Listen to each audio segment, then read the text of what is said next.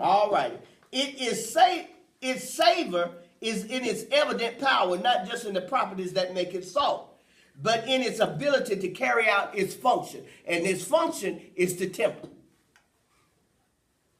Can you carry out the functions? Are you carrying out the functions? Will you carry out the functions that God has mandated for you to do? Or are you so wrapped up in you?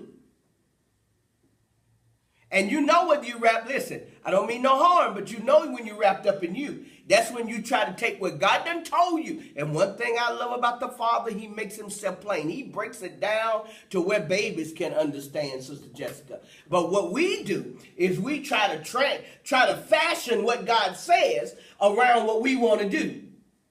That's true. Come on, somebody. And when we do that, we don't realize it, but we're tampering with the power of our Savior. God is meticulous. He knows why he called us to do the certain things he's called us to do. He knows why he wants us to do those things, the way he wants them done. Come on, somebody. Amen. All we have to do is walk therein. I didn't tap into my Savior until he broke me. Come on, somebody. Till he broke me in areas that was hindering me from becoming more savory.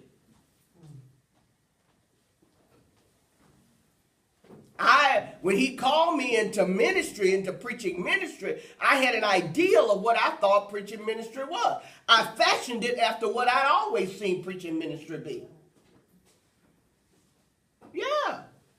I knew women, a lot of women preaching. I saw them all acting alike, so when he made me a minister, I thought I was supposed to act like that too. So I did, and defended it for years. Come on up in here, somebody. It wasn't until he took me to a process that broke me that my salt could be evident. Come on up in here, somebody. Some of our salt is trapped. And it's trapped in our own ideals.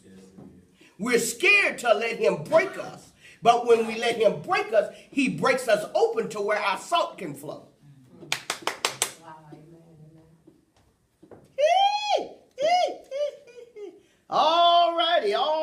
All righty. In today's text, we're going to look at how seriously we must guard our savor.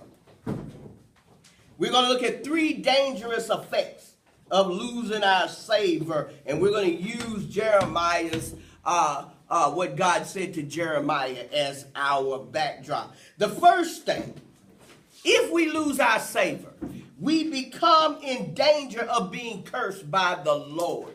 A lot of times people want to think God doesn't curse anymore. Yeah, God hasn't changed. God blesses, but God can still curse. What's a curse? Listen. A curse makes something worthless. In other words, God will put you in a position where your worth is taken away. What is my worth, God? It is dependent on your level of obedience and following him after what he said do. Your value escalates the more you obey him. It decreases the more you resist him. Okay. Any comments, any questions? Y'all looking at me kind of strange. Jesus says in 13, if the salt loses its savor, it becomes good for nothing, or in other words, it becomes worthless.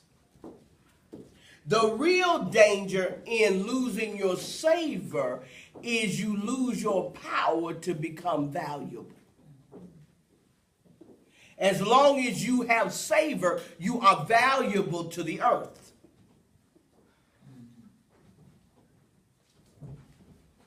Your existence here brings purpose to the earth.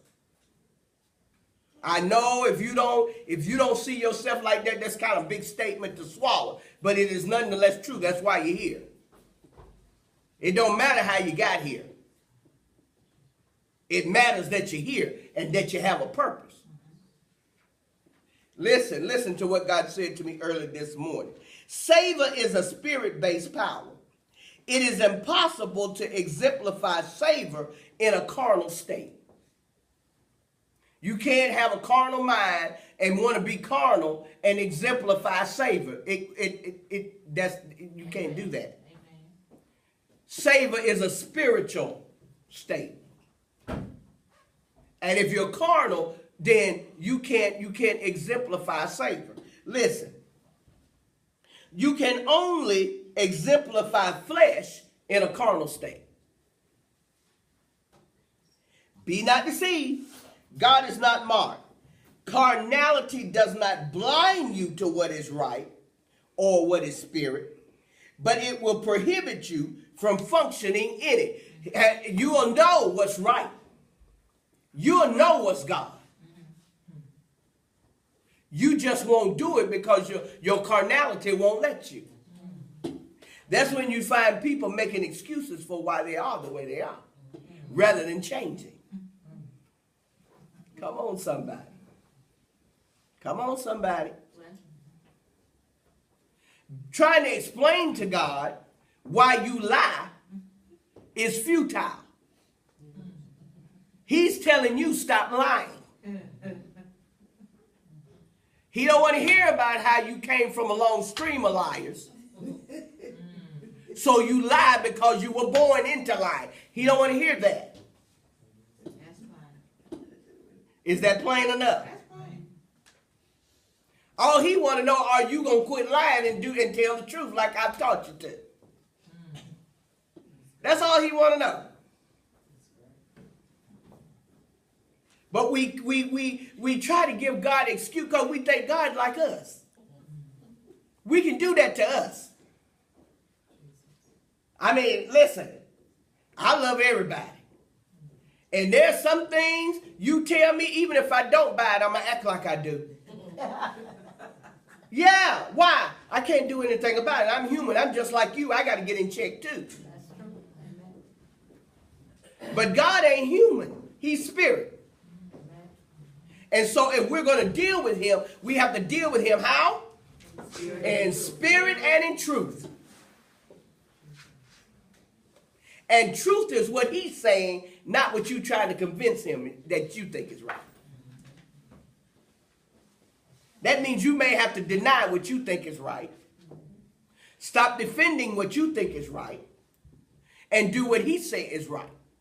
Oh, I know it's a challenge. I know it's difficult. But God has a way of putting you in a position where you got to make them choices anyhow. Come on, somebody. You don't want to go down the road I went. Suffer some things I had to suffer just for me to say, oh, wait a minute. This ain't God. No matter who taught it to me. Come on up in here, somebody. There's a difference between spirit and religion. And I could really defend religion back in the day. Now you're quiet. But it wasn't making me savory. It was just making me religious. And that religious spirit that I had was worthless. It didn't stop me from preaching messages. It didn't stop me from hearing from God. Isn't that something? But my savor did not have the power that I needed for it to have in the earth until I got delivered from the religious spirit. I had to stop defending it and get delivered from it. Now, I'm going to give you a little pause and ask you to think about some things that God has spoken, and you still trying to convince God to let you keep that.